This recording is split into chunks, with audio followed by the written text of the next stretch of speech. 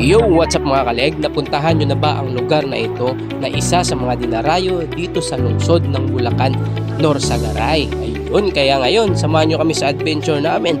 Let's go! At ayun nga mga kaleg, andito tayo ngayon sa Triple Campsite matatagpuan sa Norsagaray, Bulacan. Tara, samahan nyo muna ako at silipin natin yung lugar. Kitang-kita nyo naman mga kaleg kung gaano kalinis ang ilog dyan at halos di mo na mabilang yung mga taong dumarayo dito para lang makapag-camping at swimming. At eto nga ang unang gagawin natin mga leeg. Syempre magbabayad ng entrance. Let's go! Kailangan mag-iwan ka ng ano? ID. Patunay na ano ka talaga. Patunay na. Mukha niya. Patunay na citizen ka ng ano, Pilipinas. Bulacan.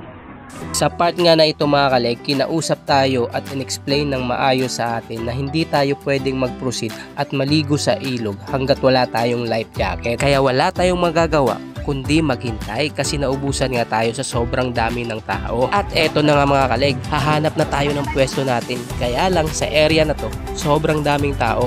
Kaya lipat na lang tayo sa kabila. Tara, let's go! Yun! Nakahanap nga tayo ng magandang spot dito mga kaleg. Kaya ano pang hinihintay natin? Tara, swimming time na!